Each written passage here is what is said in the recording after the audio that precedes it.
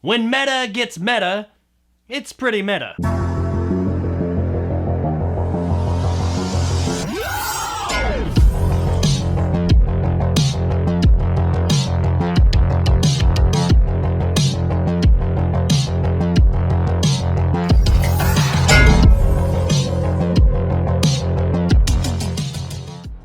Untitled Horror Movie is brought to us by director Nick Simon and stars Timothy Granaderos, Luke Baines, Emmy Barron-Lampman, Darren Barnett, Catherine McNamara, and Claire Holt. We follow a group of actors who are on what they think is a temporary hiatus from their popular TV show. When word gets back to them that they might not be on hiatus, the show might actually be canceled, and they can't get out of their contracts, they decide to make an independent movie together. And of course, if you're a first-time independent filmmaker, you're gonna make an independent horror movie. And that's what they do, but in the process of making an evil demon being summoned movie, they may have accidentally summoned an actual evil demon that means them all harm. So now they gotta figure out if this thing is actually real, and if it is, what to do about it, and how to look great while doing it. So Untitled Horror Movie is one of those Skype/FaceTime movies. You know, like Searching or Unfriended and those types of movies, where the whole thing is done through like cell phone footage and computer footage from things like Skype, FaceTime, Teams, and things like that. This is a subgenre of film that branched off of the found footage genre years ago. And for me, these kind of movies have always just been teetering right there on the edge. Some of them have been okay, and some of them have actually been really good, such as Searching. But all of them have been just like right there skirting the edge of suck. And while Untitled Horror Movie does have the same constraints that those other movies do, its meta approach to its story makes it a bit more bearable. I actually did enjoy this movie. It's presented as a horror film, but it's actually a horror comedy. And some of the comedy is very in-your-face funny, but there's also a very subtle dark comedy throughout this thing. The movie's not what I would call laugh-out-loud funny from beginning to end. It does have a few gags that are pretty damn funny, but it's really the overall tone of the movie that I liked. But even despite that, I still did enjoy this movie, and I did like the comedy in it. It's very snarky, and honestly at times it's pretty mean-spirited, but it's never so mean that it kind of turns you off, because usually it involves mean people being mean to other mean people. And I mean, that's okay. Now, while we have a few small special effects here or there, what really sells this movie is the performances and the way that it's all edited together. And the editing of these scenes and how everything's all put together is well done. It all really works. It's nothing like groundbreaking or anything, but it does work to sell everything to us, the viewer. The performances, though, are really good here for what this movie was going for. All these characters are actors, and they're playing kind of heightened versions of what I assume is themselves. They're definitely playing heightened versions of actors. Or at least I hope they are. I hope that all actors aren't this vain and nasty. It does seem like all of our characters are having a great time kind of lampooning the industry that they're in. But it's never like so far over the top that it's like goofball comedy territory. It is for the most part a bit more subtle than that, and I appreciated that. That kind of added to the overall vibe and dark comedy aspect of the movie. All 6 of our main characters here did a really good job. Nobody was really any better than anybody else. They all sold the character that they were playing. They all come across as more or less shallow, vain, insecure people. And while it might not seem like a good time to watch some generally nasty people on screen for an hour and a half, they actually make it work. They're never so bad that you just can't stand them. They're not detestable. They're not what I would call good people either, but they are good enough to connect with on some level. And they all do a really good job of selling the horror comedy aspects of this movie. Now, the overall narrative of this movie is fairly entertaining, but its execution does have some dips, and that does affect the overall enjoyment of the movie. It's never outright boring, but there are a couple of points in the middle of the film that things do dip down just a bit for a few minutes. Really, I think they probably could have cut out a good 10 to 20 minutes and the movie would have benefited overall. As it stands though, it is an overall fairly entertaining movie, but it would have been vastly more entertaining had it not had those few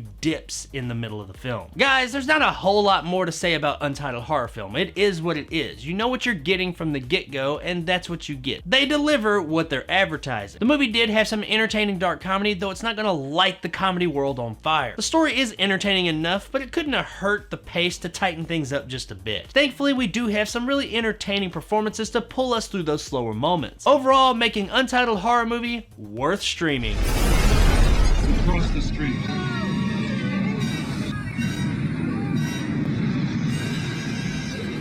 this movie was entertaining for what it was. It is not gonna be on anybody's top 10 list of 2021 for sure, but it's not a bad movie, and if you enjoy like snarky dark humor, you'll find something to like here. So if you're looking for a little meta dark humor to keep you entertained for the afternoon one weekend, then check out Untitled Horror Movie, and I think you'll have a pretty good time with it. So there it is, guys, my review of Untitled Horror Movie. If you enjoyed and want more content like this, hit that subscribe button and help my little channel grow. If you want to help out the channel, check out my Patreon in the description below and become a jarhead and get some of those awesome benefits like these guys right here. If you liked what I had to say, give me a like. If not, let me know in the comments below why. And as always, stay sexy, Pasadena. Are you guys all in on this together? Is this Off camera? No. okay? Shit. Something about these FaceTime / Skype movies that we've been getting over the past few years is how perfectly framed everything always is. Sure, you'll get a few Blair Witch moments here or there, but the vast majority of these calls that we see in these movies are just perfect. I've been on a whole lot of video calls in my life, and besides being on a laptop, which some of the people are in this movie, calls are not this straight, because there are a fair amount of calls in this movie, or video calls in this movie, where the people are on a phone, and it's like perfectly framed. Hell no, it is not like that. These people have the steadiest fucking hands in the world. Like, they slowly pan and move the camera around and stuff like that. It's not like that in real life. Now, I'm not just ragging on this movie, it's all movies that have like this video call format going on. Or maybe it's just me, because practically every video call I've been on while I'm sitting there talking to the person, it's like I imagine them on the other side doing this the whole fucking time. If not that, they're doing this, and like you just see like this part of their fucking head. I'm like, damn, what the fuck? Sit down, or back the fuck up off the screen too. I mean, I don't know, it's just one of those things I notice in movies. I have entirely too much time on my hands. Hello?